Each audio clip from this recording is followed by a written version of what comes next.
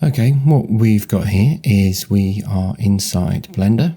We've separately unwrapped our elements and then combined them together in the previous tutorial. We've joined our model together, we've saved it as a wrapped, unwrapped and joined, and we've got our nice tidy UV atlas down here. And we're now ready to bake our color ID. So if we were to come to solid mode and tab out of edit mode, you can see our colors. So basically what we want to do is bake these colors onto our UV map down below, onto a new texture that we can export out as an image ready for Substance Painter. So what we're going to do is tab into edit mode and make sure everything is selected. We're then going to come down to new image, and I'm going to call this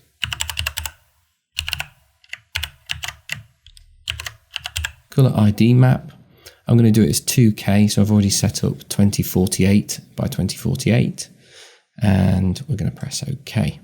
So that's now ready underneath our UVs to bake out. You then come across to the camera look and come all the way down to where it says bake. And what we're going to do is the process of sending these colors and putting them down onto this flat image based on our UVs is called baking. So we're not going to bake out the full render, we're going to simply bake out the textures. And that's the way to get these colors baked down onto this image. So pick textures, make sure this is unticked and this is unticked, and we just simply press bake.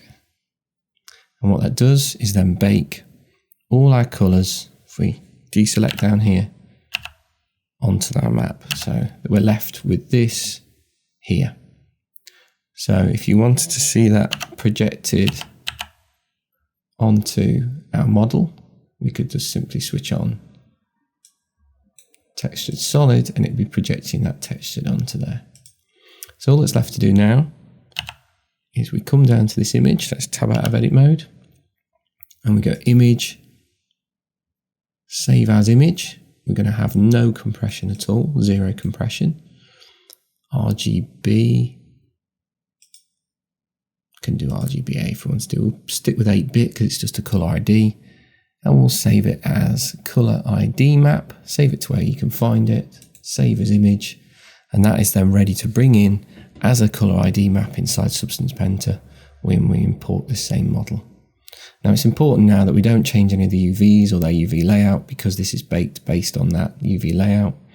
But simply put, we now have our color ID ready to use inside Substance Painter for texturing.